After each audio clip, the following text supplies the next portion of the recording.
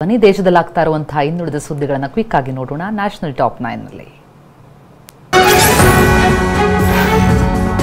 ದೆಹಲಿ ಚುನಾವಣೆ ಹೊತ್ತಲೇ ಅರವಿಂದ್ ಕೇಜ್ರಿವಾಲ್ ವಿರುದ್ಧ ಎಫ್ಐಆರ್ ದಾಖಲಾಗಿದೆ. ಯಮುನಾ ನದಿಗೆ ಹರಿಯಾಣ ಸರ್ಕಾರ ವಿಷ ಬೆರೆಸುತ್ತಿದೆ ಎಂಬ ಆರೋಪ ಸಂಬಂಧ ಹರಿಯಾಣದ ಶಹಬಾದ್ ಪೊಲೀಸ್ ಠಾಣೆಯಲ್ಲಿ ಬಿಎನ್ಎಸ್ ಕಾಯ್ದೆಯಡಿ ಕೇಸ್ ದಾಖಲಾಗಿದೆ.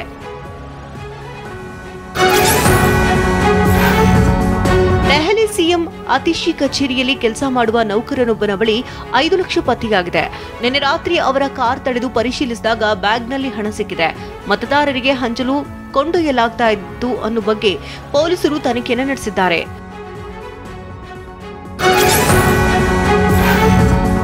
ಉಪ್ಪು ತಿಂದವರು ನೀರು ಕುಡಿಲೇಬೇಕು ಅಂತ ಕೇಜ್ರಿವಾಲ್ಗೆ ಅಣ್ಣಾ ಹಜಾರೆ ಟಾಂಗ್ ಕೊಟ್ಟಿದ್ದಾರೆ. ಚುನಾವಣೆಯಲ್ಲಿ ತಪ್ಪಿತಸ್ಥರಿಗೆ ಮತದಾರರು ತಕ್ಕ ಪಾಠ ಕಲಿಸಲಿದ್ದಾರೆ ಅಂತ ಗುಡುಗಿದ್ದಾರೆ.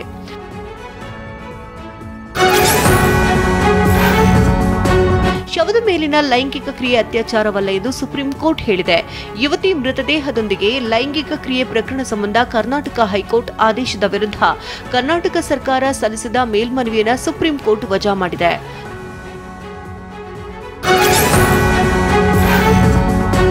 ಉತ್ತರಾಖಂಡ್ನಲ್ಲಿ 38ನೇ ರಾಷ್ಟ್ರೀಯ ಕ್ರೀಡಾಕೂಟ ನಡೀತಾ ಇದ್ದು ಸಿಎಂ ಪುಷ್ಕರ್ ಸಿಂಗ್ ಧಾಮಿ ನಿನ್ನೆ ಖುದ್ದು ತೆರಳಿ ಸಿದ್ಧತೆಗಳನ್ನು ಪರಿಶೀಲಿಸಿದ್ರು. ಆಟಗಾರರ ಜೊತೆ ಕುಳಿತು ಭೋಜನ ಸವಿದ್ರು. ಅಗತ್ಯ ಸೌಲಭ್ಯ ಕಲ್ಪಿಸುವುದಾಗಿ ಭರವಸೆ ನೀಡಿದ್ರು.